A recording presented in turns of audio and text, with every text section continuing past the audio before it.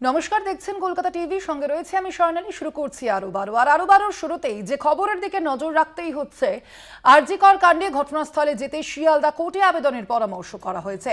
আবেদনের পরামর্শ বিচারপতি তীর্থঙ্কর ঘোষের। আপনাদের জানিয়ে রাখি, আরজি কর কাণ্ডে ঘটনাস্থলে যেতে শিয়ালদা কোর্টে আবেদনের পরামর্শ বিচারপতি তীর্থঙ্কর ঘোষের। আইনজীবীর সঙ্গে কতজন জুনিয়র লাগবে তা ঠিক করবে নিম্ন আদালত।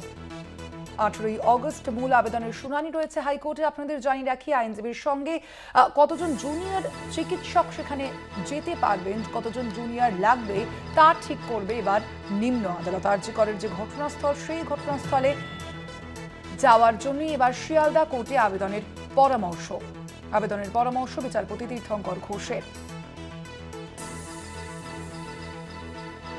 আর বিস্তারিত জানবো এই সম্পর্কে ফোন লাইনে রয়েছেন প্রতিনিধি পীযূষ কান্তি নাগ। পীযূষ দা, কি জানা যাচ্ছে এই বিষয়ে? বিচারপতি তীর্থঙ্কর ঘোষের কি বক্তব্য, কি জানিয়েছেন তিনি? দেখো, কলকাতা হাইকোর্টের বিচারপতি তীর্থঙ্কর ঘোষ আরজি করের নির্যাতিতার পরিবারের আবেদনের প্রেক্ষিতে একটি নির্দিষ্ট পরামর্শ এবং নির্দেশিকা দিয়েছেন। তাতে তিনি বিশেষভাবে উল্লেখ করেছেন যে আরজি করের নির্যাতিতার পরিবার এবং তার আইনজীবীরা তারা যেতে চান এবং সেখানকার যে পরিস্থিতি সেই বিষয়টি অনুমান করে তারা পরবর্তী কলকাতা হাইকোর্টে যে মামলা রয়েছে, যে পুনরায় তদন্ত সংক্রান্ত মামলা, সেই মামলার সওয়াল করতে চান।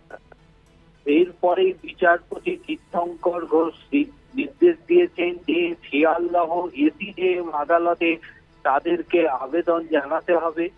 ও যেহেতু এসিজেএম এই মামলার বিচার করছে, ফলে সেই কারণে তিনি বুঝতে পারবেন যে এই মামলার পরিস্থিতি কোন পর্যায়ে পৌঁছেছে এবং এই আইনজীবীদের ওখানে যেতে দেওয়া সম্ভব কি সম্ভব নয়। ফলে সেই আবেদন তিনি বিচার বিবেচনা করে তিনি সেখানে মতামত জানাবেন এবং তার নির্দেশ দেবেন। তবে সেই আবেদন নিম্ন আদালতে আবেদন করার 48 ঘন্টার মধ্যে নিম্ন আদালতকে এ বিষয়ে সিদ্ধান্ত গ্রহণ করতে হবে, এমনটাই নির্দেশ বিচারপতি তীর্থঙ্কর ঘোষের।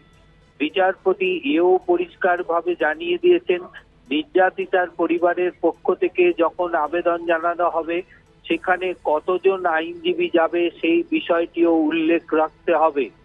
মূলত নির্যাতিতার পরিবারের আইনজীবী পরিষ্কার আদালতের কাছে দাবি করেন যে টপোগ্রাফি বিষয়টি বোঝবার জন্য ওই ঘটনাস্থল পরিদর্শনের প্রয়োজন।